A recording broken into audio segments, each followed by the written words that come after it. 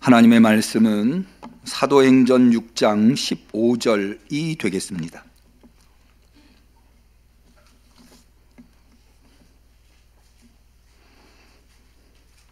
신약성경 197페이지입니다.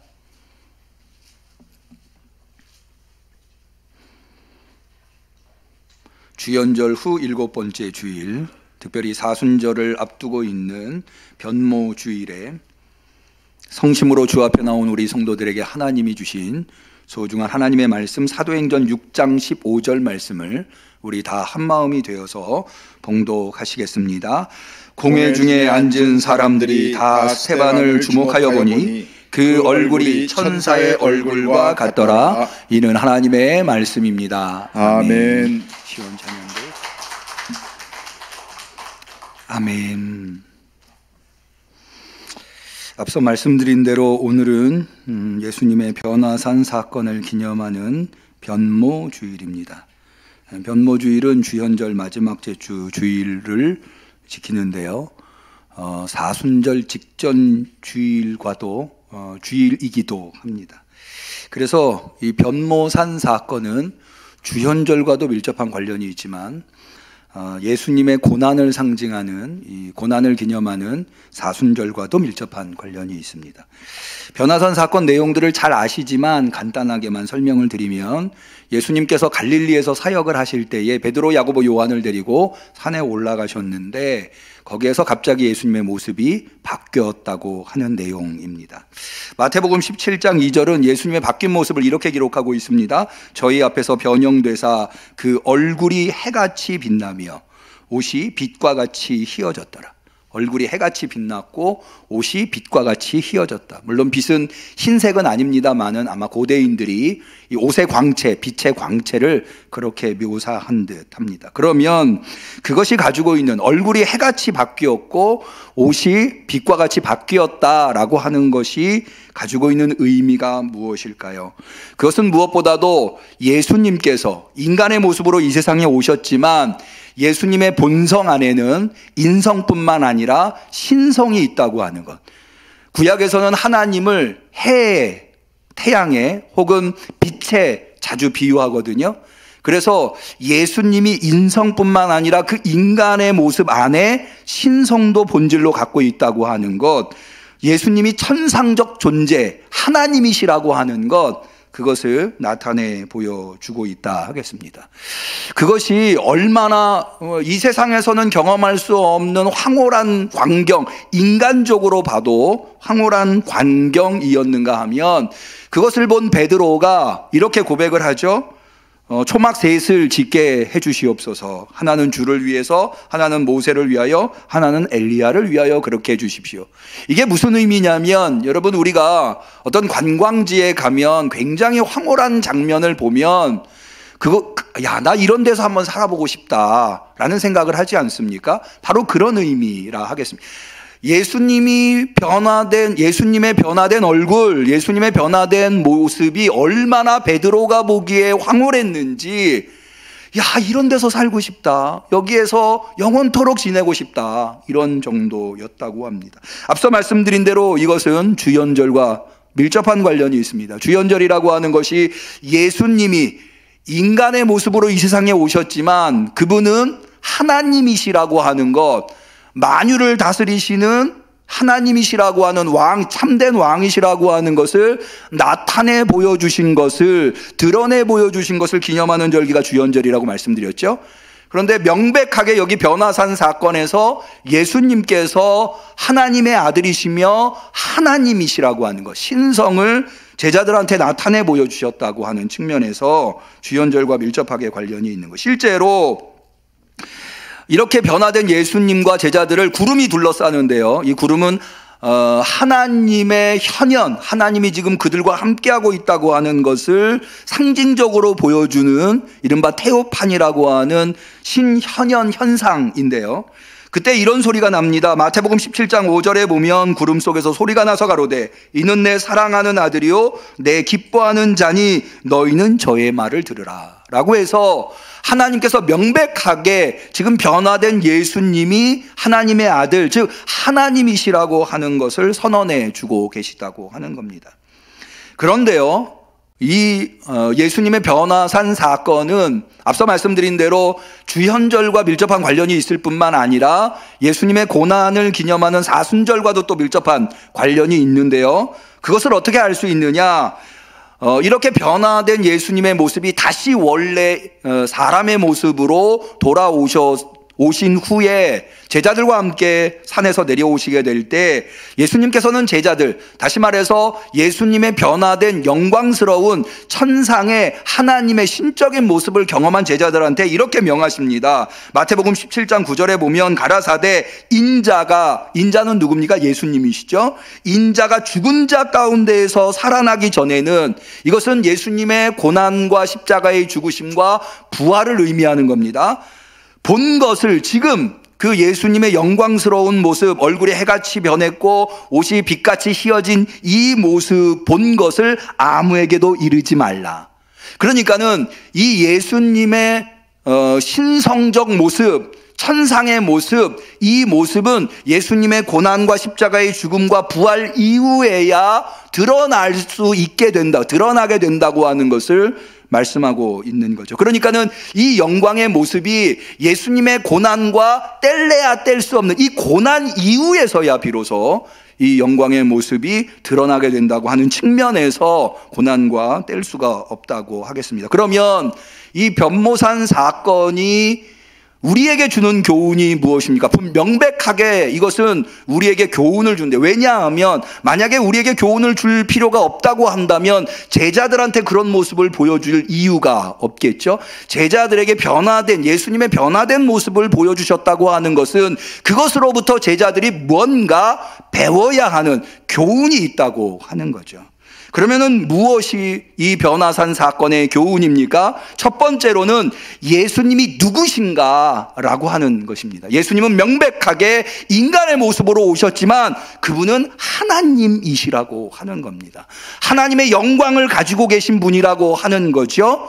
우리가 경배해야 할 대상이라고 하는 겁니다. 그렇게 깨달으실 수 있기를 축원합니다. 그런데 그것은 그 하나님이시고 온 인류의 참 구주이신 그분이 이 세상에 오신 그 사명이 무엇인가, 이것과도 밀접한 관련이 있는데요. 그것은 바로 고난의 길, 십자가를 통해서 인류를 구원하고 부활을 통해서 온 인류에게 영생의 소망을 주시는 것, 그것이 바로 예수님이 이 세상에서 하셔야 할, 이 신성을 가지고 계신 이 예수님께서 하셔야 할 사명이라고 하는 것. 그것은 또한 우리 그리스도인들에게 어떤 사명감을 주는가 하면, 우리 그리스도인들의 영광과 고난이 무엇인가? 우리 그리스도인들의 영광은 아까 예수님이 보여주신 영광과 같이 이 세상의 영광과는 비교할 수 없는 어마어마한 무한의, 여러분 이 세상에서 우리가 얻을 수 있는 영광 있습니다. 그러나 그것은 다 유한한 영광입니다. 제한되어 있을 수밖에 없어요. 권불 10년이라고 하죠. 그러나 주님이 우리에게 주시는 영광, 이 천상의 영광은 영원한 영광입니다. 믿으시기를 축원합니다. 우리 응암교회 성도님들은 다 이 영광을 가지실 수 있기를 축원합니다. 그런데 그 영원한 영광, 이 세상의 영광과는 비교할 수 없는 이 영원한 영광은 우리가 어떻게 얻느냐?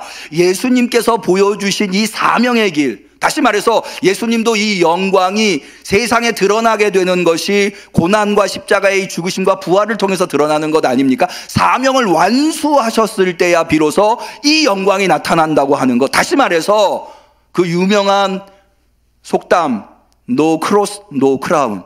고난 없이는 면류관, 십자가 없이는 면류관이 없다. 고난 없이는 영광이 없다고 하는.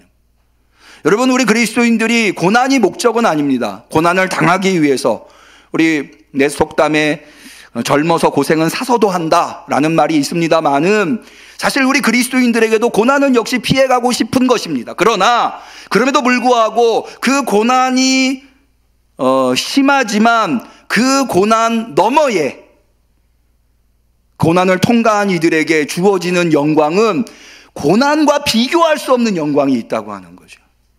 그렇기 때문에 우리 그리스도인들은 이 고난을 마다하지 않는다는 거예요. 그게 바로 예수님께서 그 유명하게 말씀하신 제자도 아무든지 나를 따라오려거든 자기를 부인하고 자기 십자가를 지고, 네 십자가를 지는데 너가 그 십자가를 거부해서는 안 된다. 사실 육신적으로는 누구든지 십자가를 거부하고 싶죠. 그러나 하나님의 영광에 이르기 위해서는 이 십자가를 거부해서는 그 영광에 이를 수 없으니 No cross, no crown. 그 십자가를 달게 지는 것, 내가 그 십자가를 거부하지 않고 마땅히 내가 져야 할 것으로 수용하는 이 태도가 우리에게 있어야 한다고 하는 겁니다. 거듭 말씀드립니다만 그럼에도 불구하고 우리가 그 십자가를 지는 것이 우리에게 유익인 이유는 그 십자가가 우리에게 주는 고난과는 비교할 수 없는 영광이 그 너머에 있기 때문입니다. 그래서 바울은 로마 교회 성도들한테 이렇게 말합니다. 생각컨대 현재의 고난은 장차 우리에게 나타날 영광과 좋게 비교할 수 없다. 다시 한 번 더 우리 성도님들 축복합니다. 고난 너머에 있는, 십자가 너머에 있는 영광에 우리 응암교회 성도님들은 누구나 다 이르실 수 있기를 축원합니다. 변화산 사건이 주는 교훈은 여기에서 끝날까요? 저는 또 다른 측면에서 좀 교훈을 얻어보려고 생각을 합니다. 그것은 뭐냐면 예수님의 얼굴이 해같이 변했다면, 그리고 예수님의 얼굴이 변한 것을 제자들한테 보여줬다면, 혹 우리 제자들 그리스도인들도 얼굴이 바뀌어야 한다고 하는 교훈을 우리에게 주고 있는 것은 아닌가. 예수 믿기 이전의 얼굴과 예수 믿고 난 다음의 얼굴이 무언가 달라도 달라져야 한다는 것을 의미하는 게 아닌가. 여러분, 우리 옛말에 병색이 완연하다라는 말 아시죠? 어떤 사람이 병에 걸리면 얼굴색이 바뀌는 거예요. 하물며 병에 걸려도 얼굴색이 바뀌는데, 우리 인생을 통째로 거는 예수 그리스도를 믿는 우리들이 예수 그리스도를 믿기 이전의 얼굴과 똑같은 얼굴을 하고 있다면 이게 말이 되겠는가? 라고 하는 겁니다. 우리는 얼굴이 바뀔 수 있는가? 예수 믿는다고 우리의 얼굴이 바뀔 수 있는가? 바뀔 수 있다면 어떻게 바뀌어야 하는가? 오늘 본문을 통해서 그 이야기를 좀 여러분들과 나눠보고자 하는 것입니다. 우리의 얼굴이 바뀔 수 있는가? 실제로 오늘 우리가 읽은 본문에 보면 스테반은 얼굴이 바뀌었습니다. 다시 한 번 더 본문을 볼까요? 15절입니다. 공회 중에 앉은 사람이 다 스테반을 주목하여 보니 그 얼굴이 어떻게 바뀌었어요? 천사의 얼굴과 같더라. 스테반의 얼굴이 천사의 얼굴. 여러분, 천사는 영적 존재죠. 스테반은 인간입니다. 어떻게 인간이 천사의 얼굴을 하겠습니까? 그런데 이 순간에 스테반이 천사의 얼굴을 했다는 거예요. 여러분, 얼굴에 관심 많으시죠? 우리나라 사람들 얼굴에 참 관심 많으세요? 여러분들의 얼굴이 천사의 얼굴로 바뀔 수 있기를 축원합니다. 스테반이 그랬다는 거예요. 스테반이 바뀌었다면 예수님처럼 해같이 빛나는 얼굴로 바뀌지는 않는다 하더라도, 그 정도까지는 아니어도 천사의 얼굴로는 스테반이 바뀌었다고 한다면 우리도 그렇게 바뀔 수 있다는 거죠. 그러면 도대체 스테반의 얼굴이 천사의 얼굴로 바뀌었다고 하는 것은 본문에서 어떤 의미인가? 이것을 알기 위해서는 스테반의 이야기를 조금 더 거슬러 올라갈 필요가 있는데요. 스테반은 원래 초대교회에 구제하는 일을 사도들이 하고 있을 때 너무나 초대교회 성도들이 많아져서 구제하는 일이 과중하여 사도들을 돕기 위해서 선발된 7집사 중에 한 사람이었습니다. 스테반만 거기에 선발된 것이 아니라 빌립 집사도 7집사 중에 하나로 선발된 유명한 사람이죠. 그러나 이 둘은 그 역할만 한 게 아니에요. 사도행전에 보면 스테반이나 빌립은 복음을 전하는 일에 아주 출중한 것을 볼 수가 있습니다. 오늘 본문은 바로 그것과 밀접한 관련이 있습니다. 스테반은 7집사 중에 한 명으로 선발된 이후에 예루살렘의 여러 회당들을 다니면서 복음을 전했습니다. 사도행전 6장 9절에 보면 각 회당에서 어떤 자들이 일어나 스테반으로 더불어 변론할세 스테반이 지혜와 성령으로 말함을 저희가 능히 당치 못했다. 지혜와 성령으로 그들과 변론했는데, 변론이라는 게 뭐겠어요? 복음을 전하는 거였겠죠? 그러나 회당에 있었던 유대인들이 그를 당해내지 못했다는 거예요. 이것은 스테반이 유대인들의 미움을 사는 계기가 되고, 유대인들은 스테반을 급기야 산헤드린이라고 하는 당시의 최고의 권력기관, 재판권도 가지고 있는 사법권, 행정권, 입법권 모두를 가지고 있는 산헤드린 공회에 고소하기에 이릅니다. 사도행전 6장 12절 이하에 보면 이렇게 되어 있습니다. 백성과 장로와 서기관들을 충동하여 와서 잡아가지고, 스테반을 잡아가지고 공회에 이르러 거짓 증인을 세우니, 증인이라고 하는 게 재판 가운데 생겨난 거죠.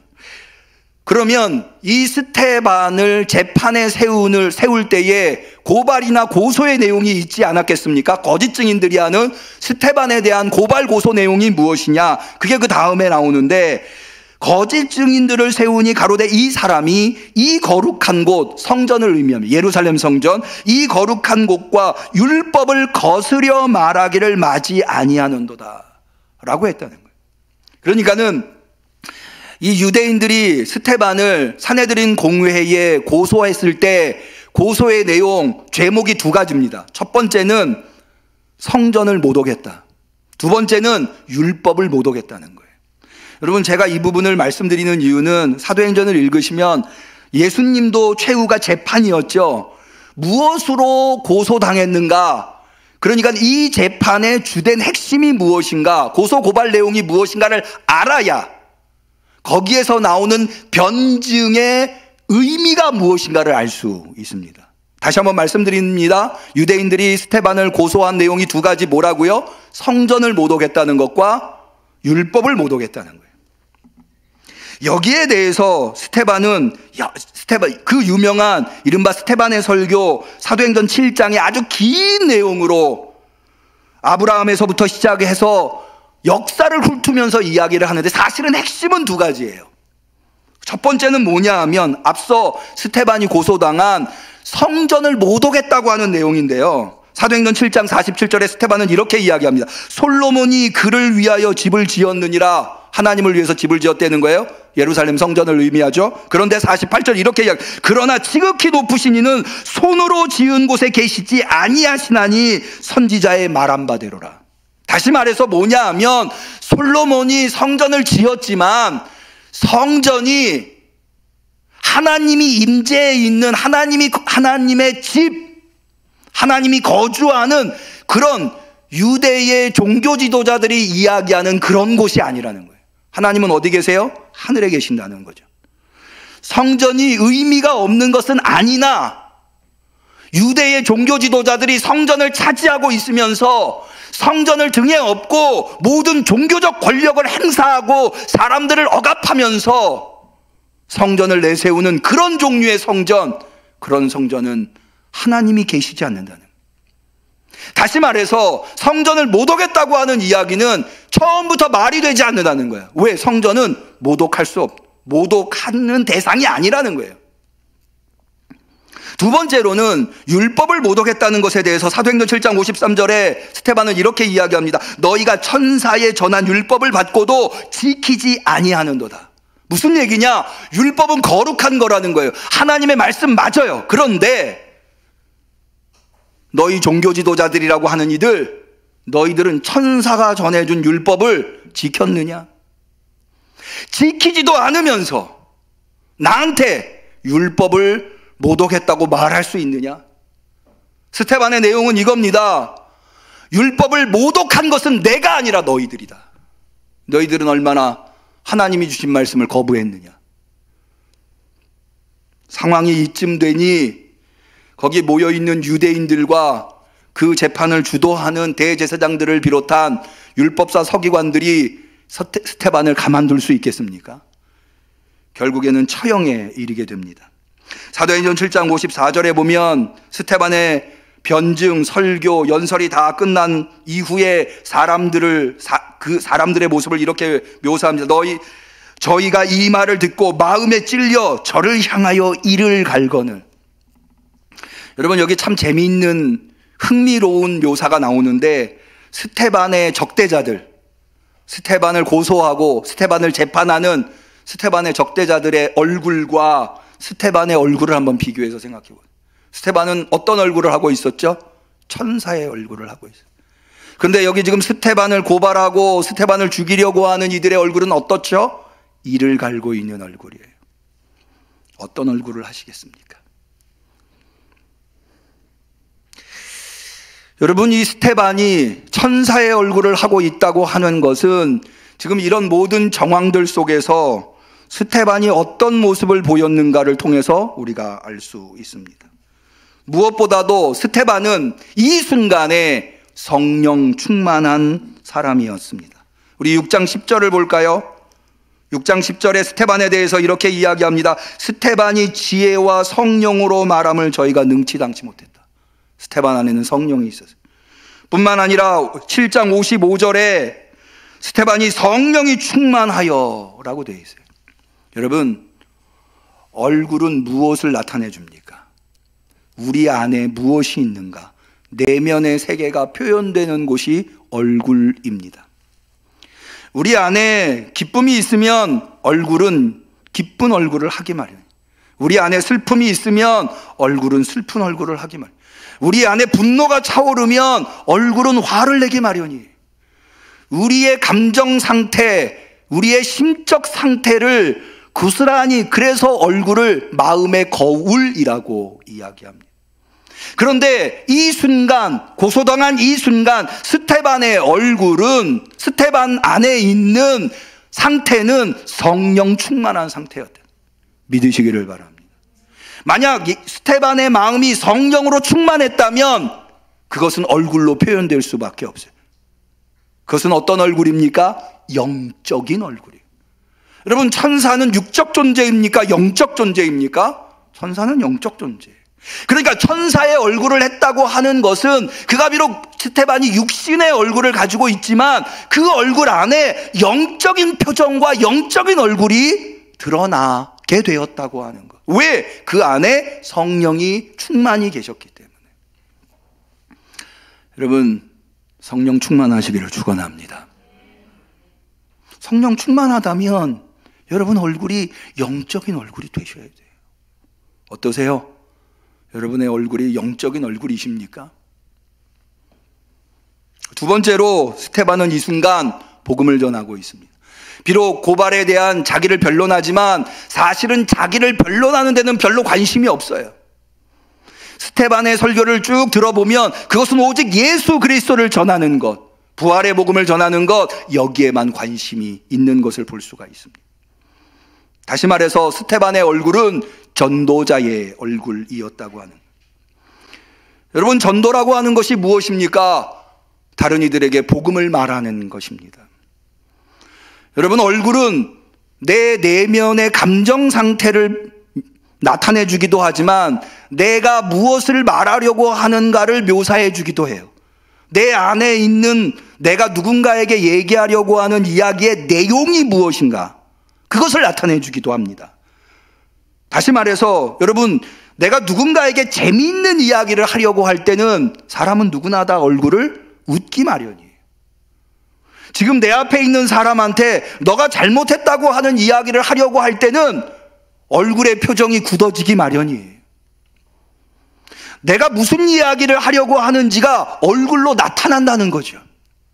그런데 우리 그리스도인들은 무엇을 말하는 사람들입니까? 예수 그리스도의 복음을 말하는 사람들이에요. 여러분, 천사는 누가복음과 사도행전에 보면 늘 복된 소식을 전해주는 존재로 등장합니다. 대표적인 예가 바로 목동들에게 예수님의 탄생 소식을 전하는 천사의 모습이에요. 누가복음 2장 10절에 보면 천사가 이르되 무서워 말라, 보라 내가 온 백성에게 미칠 큰 기쁨의 좋은 소식을 너희에게 전하노라. 천사의 얼굴이란 어떤 얼굴입니까? 복된 얼굴이라고 하는, 복된 소식을 전하는 이기 때문에 그 얼굴이 복된 얼굴이라고 하는 거예요. 여러분, 우리 그리스도인들의 얼굴은 복된 얼굴이 되어야 할 줄로 믿습니다. 여러분 어떠세요? 다른 사람들이 보기에 야, 저 사람 참 얼굴 복스럽다, 그러십니까? 그렇게 되시기를 축원합니다. 세 번째로, 스테반이 이 순간 돌에 맞아 죽어가면서도 성령 충만하여서 하늘을 우러러 봤어요. 그리고는 스테반이 본 두 가지가 있습니다. 첫 번째는 하나님의 영광을 봤어요. 그리고 두 번째는 그 하나님 우편에 서 계신 예수 그리스도를 보게 됩니다. 여러분, 얼굴이라고 하는 것은 내 내면에 무엇이 있는가가 표현되기도 하지만 내 주변에, 내 외적인 외면에 있는 것들이 나한테 영향을 주어 표정을 갖기도 합니다. 이걸 거울 효과라고 합니다. 내가 보고 있는 상대방이 웃으면 나도 절로 따라 웃게 돼요. 내 앞에 있는 사람이 화를 내면 나도 절로 화가 나게 돼요. 여러분, 이 현상은 아기들에게서 잘 발견하죠. 엄마 품에 있는 아기가 엄마가 웃으면 아기도 웃어요. 간혹 보면 아기가 엄마한테 재롱을 피우는 게 아니라 엄마가 아기한테 재롱을 피우기도 하죠. 왜? 아기가 웃는 모습을 보고 싶으니까. 얼굴은 그래요. 얼굴은 우리의 내면만 표현되는 게 아니라 우리의 환경도 얼굴로 표현되고 있다는 거죠. 스테반은 지금 무엇을 보고 있습니까? 하늘 영광을 보고 있는 거예요. 하늘이 열렸고 하늘에 계신 하나님의 영광과 그 옆에 서 계신 예수 그리스도를 본 거예요. 그러므로 스테반의 얼굴은 영광의 얼굴을 하게 되었다. 천사의 얼굴을 했다고 하는 것은 영광의 얼굴을 했다는 거예요. 여러분, 이게 굉장히 중요한 의미를 가지고 있는 게요, 여러분, 지금 스테반의 상황이 하늘만 보이는 상황입니까? 아니에요. 어쩌면 하늘보다 더 강력하게 스테반을 지배하고 있는 상황은 지금 스테반을 죽이려고 돌을 들고 있는 사람들, 그 사람들 속에 둘러싸여 있다고 하는 거죠. 다시 말해서 스테반을 어떻게 해서든지 모함해서 죽이려고 하는 적대자들 앞에 있는 거예요. 그런데 스테반은 그들을 보지 않았어요. 무엇을 봤어요? 하늘을 봤어요. 무엇을 봤어요? 하나님의 영광과 그 우편에 서 계신 예수 그리스도를 봤어요. 여러분, 여러분들의 얼굴이 하늘의 영광으로 채워지실 수 있기를 축원합니다. 매우 힘들고 어려운 순간이 있어요, 인생을 살다 보면. 그런데요, 그런 순간에 스테반처럼 자기를 괴롭히는 문제들을 보지 마세요. 그러면 우리의 얼굴이 찡그려질 수밖에 없고 슬픔으로 가득 찰 수밖에 없고 괴로움으로 가득 찰 수밖에 없어요. 여러분, 그런 순간이 여러분들에게 찾아온다면 여러분, 그 순간에 고개를 드세요. 하늘을 보세요.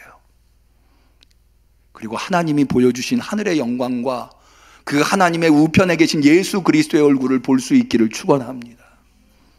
그래서 그런 상황에 지배받지 마시고 하늘의 영광이 드러나는 광채가 찬란한 천사의 얼굴을 하실 수 있기를 축원합니다. 마지막으로 스테반이 보여준 모습은 예수님과 매우 닮아 있는 모습이에요. 스테반이 돌에 맞아 죽어가면서 하늘을 향해서 한 기도가 두 가지가 나오는데요, 첫 번째가 무엇이냐면 주 예수여 내 영혼을 받으옵소서. 두 번째는 주여 이 죄를 저들에게 돌리지 마옵소서. 이것은 고스란히 누가복음에서 예수님께서 십자가 위에서 하신 기도와 똑같습니다. 예수님은 십자가 위에서 하늘을 향해 이렇게 기도하십니다. 아버지여 저희를 사하여 주옵소서. 자기의 하는 것을 알지 못함이니이다. 아버지여 내 영혼을 아버지 손에 부탁하나이다. 여러분, 얼굴은 그 사람의 삶의 궤적을 보여줍니다. 왜 우리나라 사람들은 관상 같은 거 얘기하잖아요. 관상을 왜 얘기합니까? 그 사람이 어떻게 살아왔는가가 얼굴에, 심지어 어떻게 살아갈 건가도 얼굴에 나타난다는 거예요. 여러분, 우리 그리스도인들은 어떤 사람들입니까? 예수님을 따라가는 사람들이에요. 예수님을 닮으려고 노력하는 사람들이에요. 예수님을 의지하고 예수님이 가신 그 삶의 궤적을 쫓아가는 사람들이라고요. 그러면 모름지기 우리의 얼굴은 누구를 닮아야 할까요? 예수님을 닮아야 하는 거예요. 예수님을 닮으실 수 있기를 축원합니다. 여러분, 우리 그리스도인으로서 최고의 칭찬이 뭘까요? 야, 너 참 예수님 닮았구나. 그 칭찬 아닐까요? 우리와 함께 성도님들은 다 누가 봐도 야, 너 참 예수님 닮았구나. 우리 한번 옆분한테 이렇게 한번 인사해 보실까요? 당신 얼굴 참 예수님 닮으셨네요. 한번 서로 얘기 한번 해주시죠.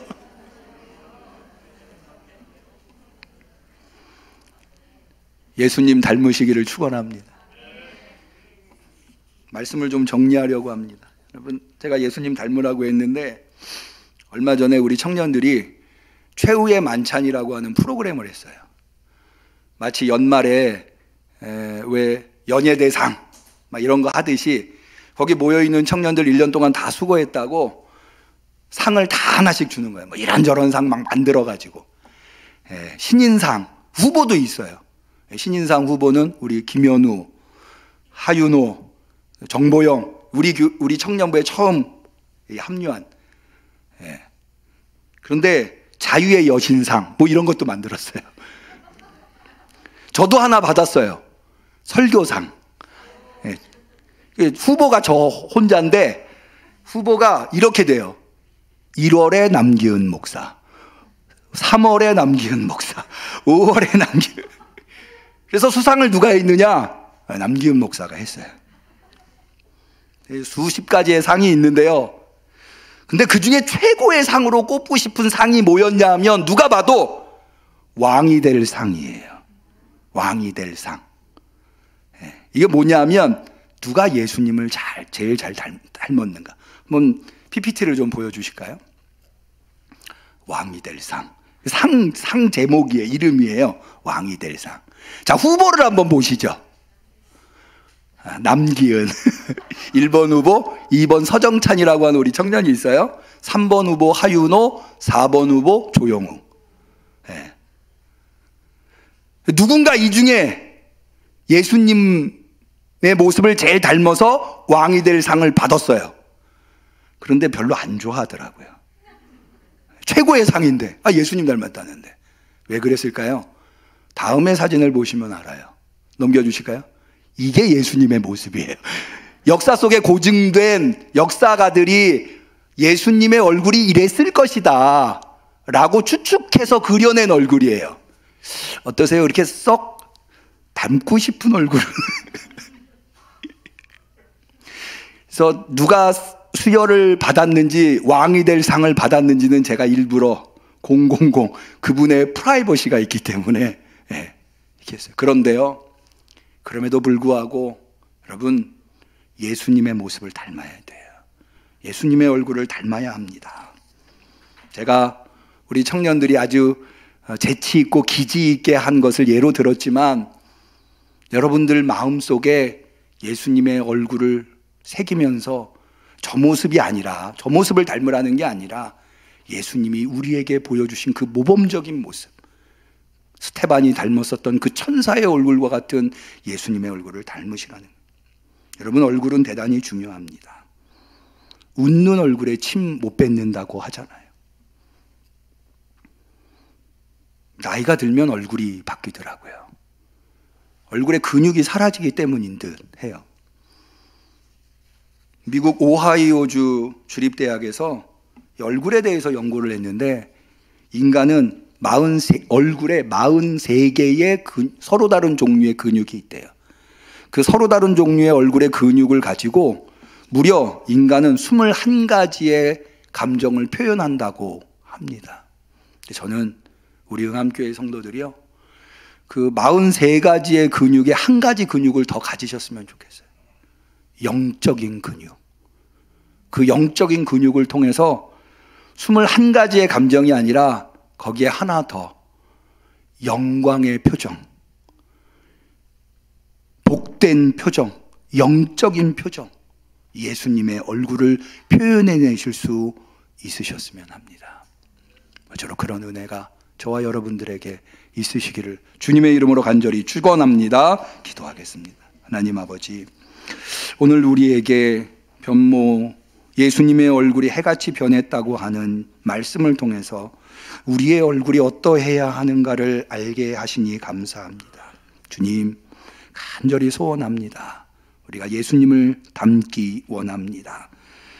내 죄 사함 받고서 예수를 안 뒤 나의 모든 것이 다 변했다고 고백했는데 주님, 내 얼굴부터 바뀌게 하여 주시옵소서. 하늘의 영광이 드러나는 얼굴이 되게 하여 주옵소서. 예수님의 이름으로 기도 올리옵나이다. 아멘. 우리는 감사하는 마음으로 이 예물을 드립니다.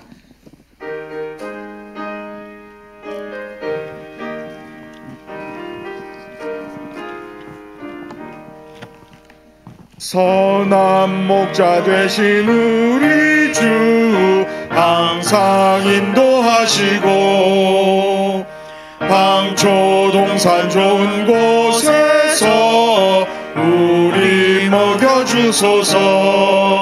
선한 목자 구세주여 항상 인도하옵소서. 선한 목자 구세주여 항상 인도하옵소서.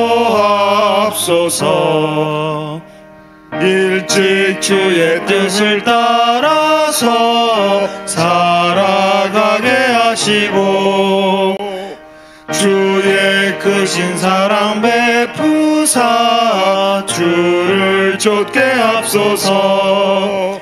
선한 목자 구세주여 항상 인도하옵소서. 선한 목자 구세주여 항상 인도하옵소서. 아멘.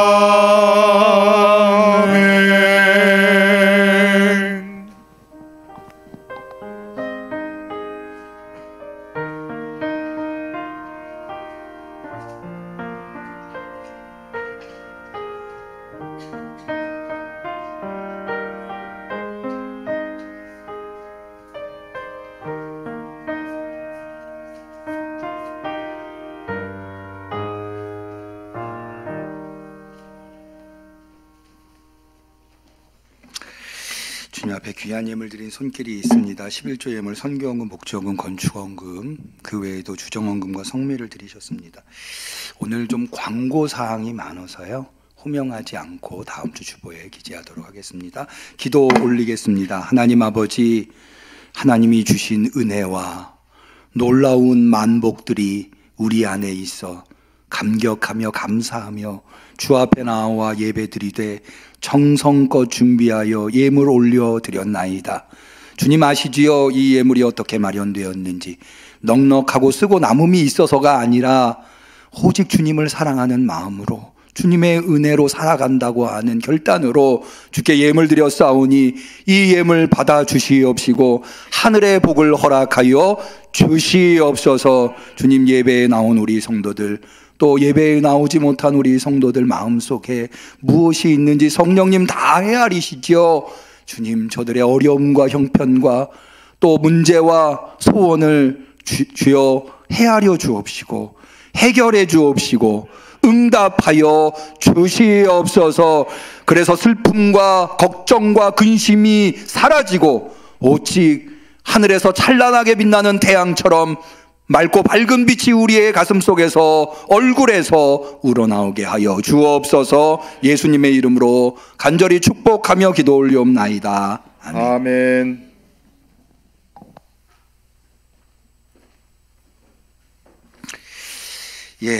교회 소식을 나누겠습니다. 순서지, 나눠드린 순서지를 참고해 주시고요. 비대면으로 예배 드리시는 분들도 순서지를 참고해 주시면 좋겠습니다. 앞서 말씀드린 대로 돌아오는 수요일부터 사순절 새벽 기도회가 시작이 됩니다. 부활절 직전일인 토요일까지 진행이 되는데요. 매년 그러합니다만은 이 사순절 새벽 기도회는 교단이 제공하고 있는 사순절 묵상집을 가지고 진행을 하고 있습니다. 그래서 핸드북을 만들었는데 좀 보여주실까요? 아니, 요 전에 있는 거. 요겁니다. 요거가 여러분이 보시는 오른쪽에 있는 게 안에 있는 내용이고요. 왼쪽에 있는 게 왼쪽에 있는 게 밖에 있는 내용인데 뭐 매년 비슷합니다. 안에 있는 내용은 사순절 묵상집에 있는 내용을 찬송가와 날짜별로 찬송가와 또 성경 말씀 그리고 주제를 수록해 놓은 거고요. 밖에 있는 것은 그날 사순절 기도회를 하시고 나면 체크를 하실 수 있도록 이렇게 표를 만들어 놓은 것입니다.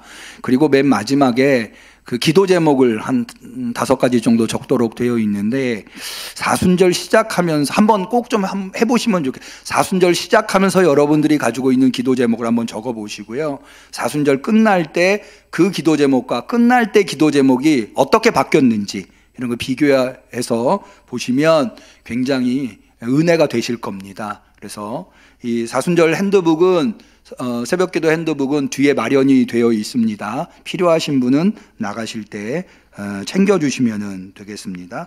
사순절 기간이 원래는 주일은 사순절에 포함이 되어 있지 않고 토요일은 포함이 되어 있는데, 토요일은 저희 교회에서 모여서 새벽기도를 가지고 있지 않기 때문에 토요일은 개별적으로 가져주시면 되겠습니다.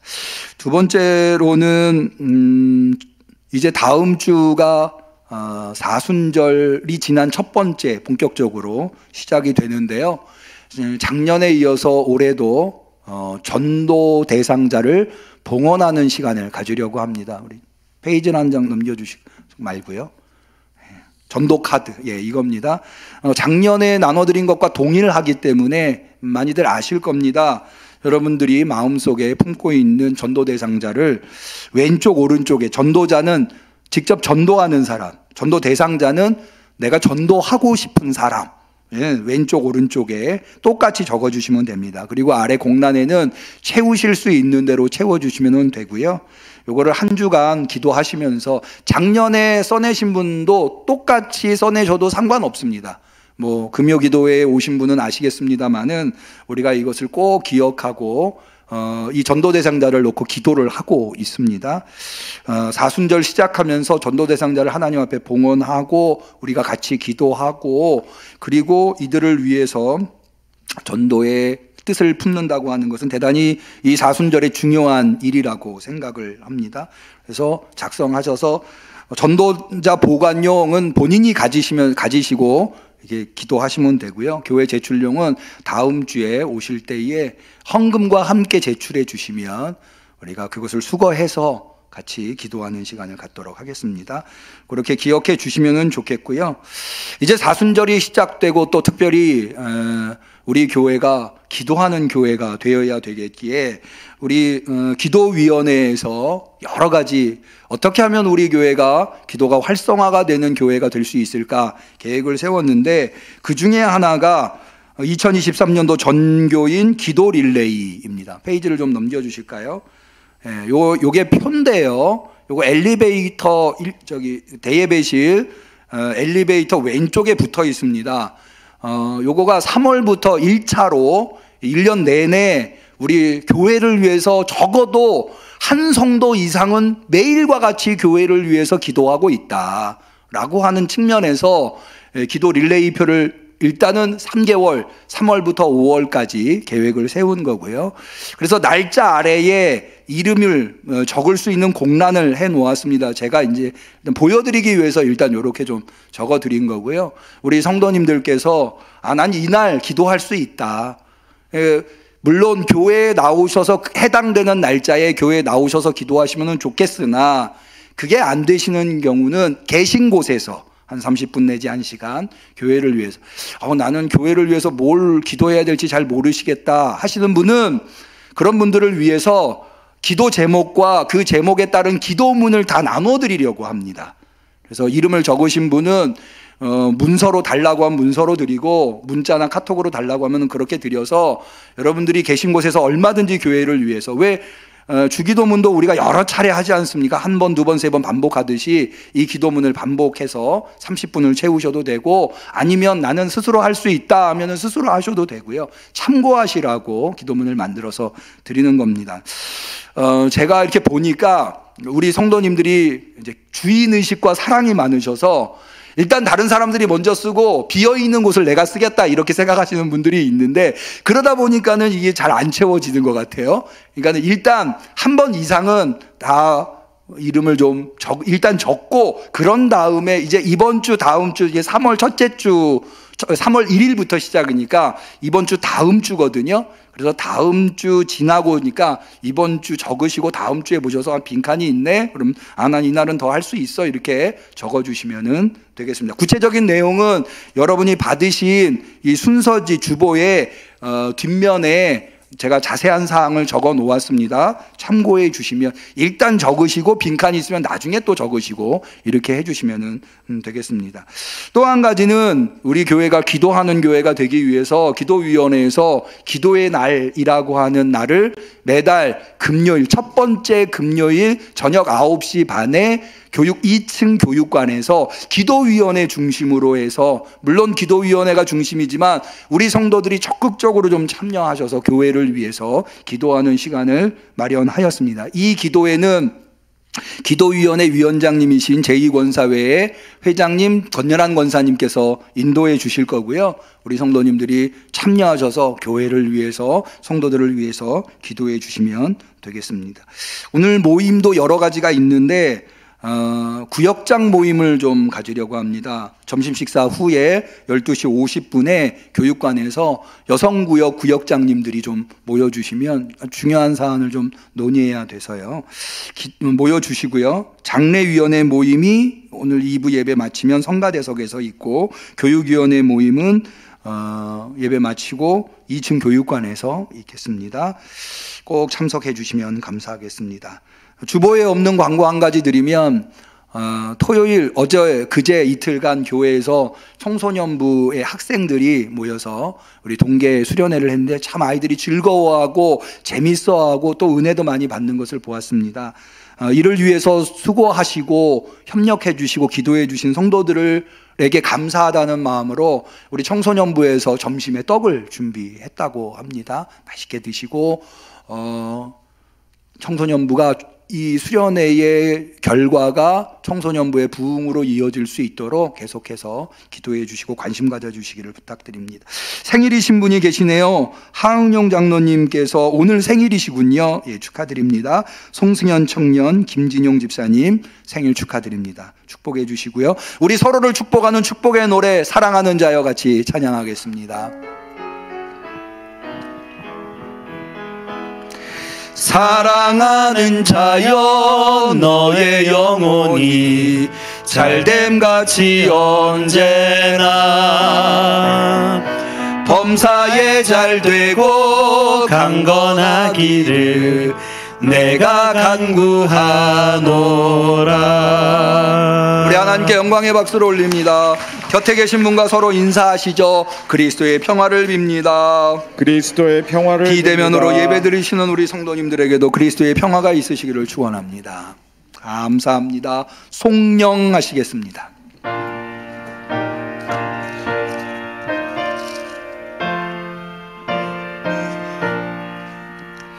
이 천지가 마음을 들어 복 주시는 주 여호와 전능 성부 성자 성령 찬송하고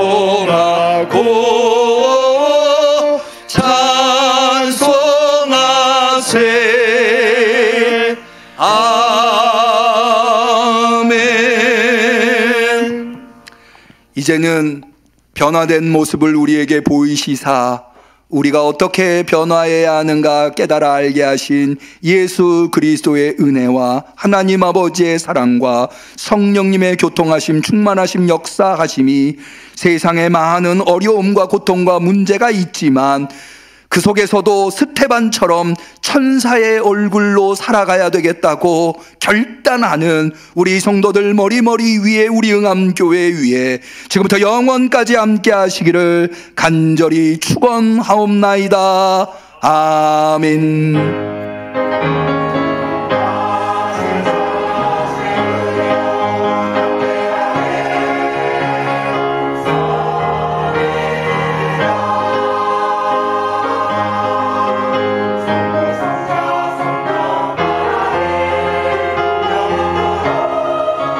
주